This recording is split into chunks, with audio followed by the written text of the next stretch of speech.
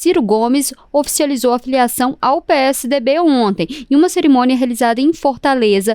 E ao discursar no evento, o ex-ministro não bateu o martelo qual que vai ser o caminho que ele deve seguir no próximo ano. Apesar de dizer que ele morre pelo Brasil, mas mata pelo Ceará.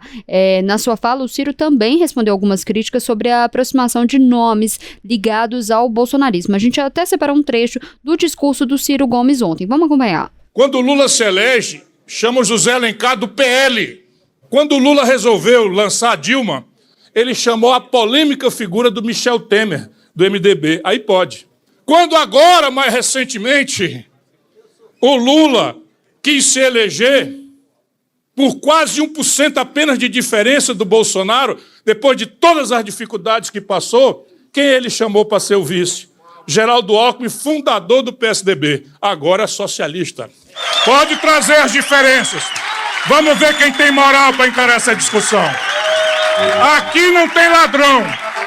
E lá, dá para dizer isso? Nos bastidores, Ciro é cotado para concorrer ao governo do Ceará nas eleições do próximo ano e a gente tem até uma questão. Ele falou durante esse evento de filiação que ele quer construir um projeto político no seu estado, mas uma eventual tentativa de chegar ao Palácio do Planalto também não foi negada. E aqui eu quero chamar o Fred e a Larissa, porque o Ciro Gomes poderia atrapalhar os planos do presidente Lula para o próximo ano. E aí a gente vai lembrar uma pesquisa Quest que foi divulgada nas últimas semanas, que aponta que o Ciro mantém uma base eleitoral estável de aproximadamente 10% no primeiro turno. Fred e Larissa, como que vocês avaliam essa questão do Ciro Gomes? O Ciro Gomes, ele é um eterno candidato à presidência e ele esbarra, apesar dele ter sido nessa pesquisa Quest o que tinha menor diferença em relação ao Lula numa eventual disputa do segundo turno, ele também aparece com um alto nível de rejeição.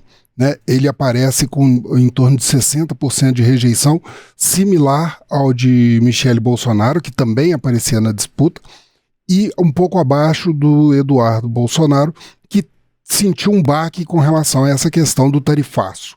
Né?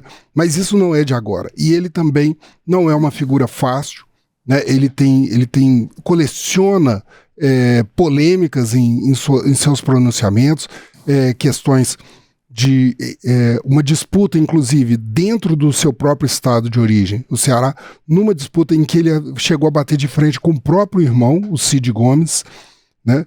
E ele é uma figura que nem sempre é vista assim como uma figura de conciliação, pelo contrário. Então, é uma possibilidade dele tentar se lançar. Você vê que essa fala dele está alinhada com uma possibilidade dele sinalizar afinidades de discurso com um público que se veria sem o candidato Bolsonaro, né? Ele procuraria alguém que pudesse mostrar um discurso de força, um discurso, no caso, essa fala assim, eu sou capaz de matar, que faz uma associação com algumas atitudes que são simpáticas, não necessário matar, mas essa atitude de mostrar intempestividade, vontade, determinação. Então, essa é uma imagem que o governo Bolsonaro e a direita tem construído ao longo do período e reforçado em suas mensagens, e que ele, fazendo assim, ele tenta sinalizar para esse grupo.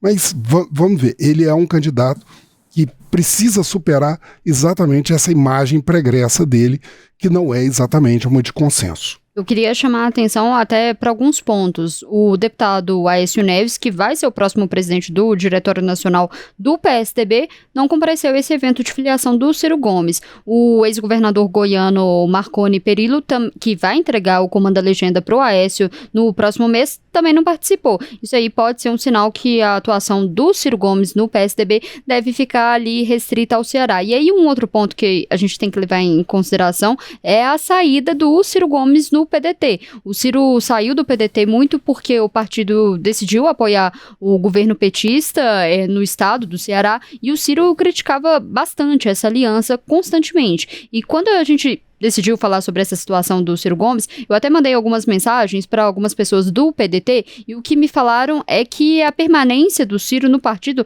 já era considerada insustentável, que o clima era de que já foi tarde até. A avaliação é de que a ala do que eles chamam de ciristas no PDT era muito pequena e eu até questionei a perda do partido com a saída do Ciro, porque ele é uma pessoa conhecida e relevante para um partido ali pequeno de médio porte, que é o PDT. E aí o que me falaram foi o seguinte: todo mundo reconhece a inteligência e o conhecimento dele nas pautas, mas o problema é justamente um pouco do que o Fred falou, a inteligência emocional dele. Isso incomodava muita gente no PDT. E aí, continuei falando sobre essa questão do Ciro querer ser governador do Ceará, e aí pontuaram justamente essas críticas recentes que ele tem feito ao PT. E aí a fala foi o seguinte, dessas pessoas com quem eu conversei: ele é brigado com o PT e ele tinha que fazer o PDT ir pro lado do PL, o que não ia acontecer de forma alguma. Mas a grande preocupação agora do partido, né, conversando com essas pessoas, é que tem uma preocupação que não se sabe quantos deputados o Ciro vai levar para o PSDB. E isso preocupa o partido para as eleições do próximo ano. O PDT, inclusive, está estudando isso. Larissa, em Brasília, qual que é a avaliação sobre essa questão do Ciro Gomes?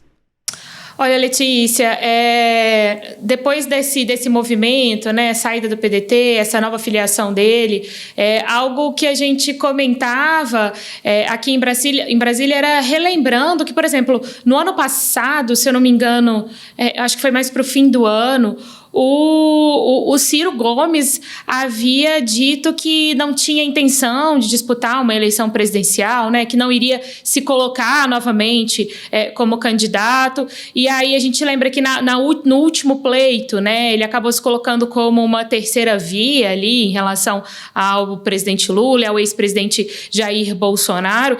E o Ciro Gomes, como o Fred também trouxe, assim, ele tem uma trajetória, né, que acaba provocando críticas, acaba provocando ali algumas reflexões sobre a postura e sobre certas declarações dele. Então agora, Letícia, eu acho que o clima aqui, a repercussão aqui é na tentativa de entender qual está sendo, de fato, a estratégia de Ciro Gomes ao fazer esse movimento de uma nova filiação? Qual está sendo a estratégia dele em voltar, digamos assim, um pouco mais para esse holofote, para esse destaque? E qual que vai ser o próximo passo? Então, ainda acho que o clima aqui é de compasso de espera, sabe, Letícia? Para entender qual é a intenção, de fato, de Ciro Gomes ao fazer esse novo movimento político.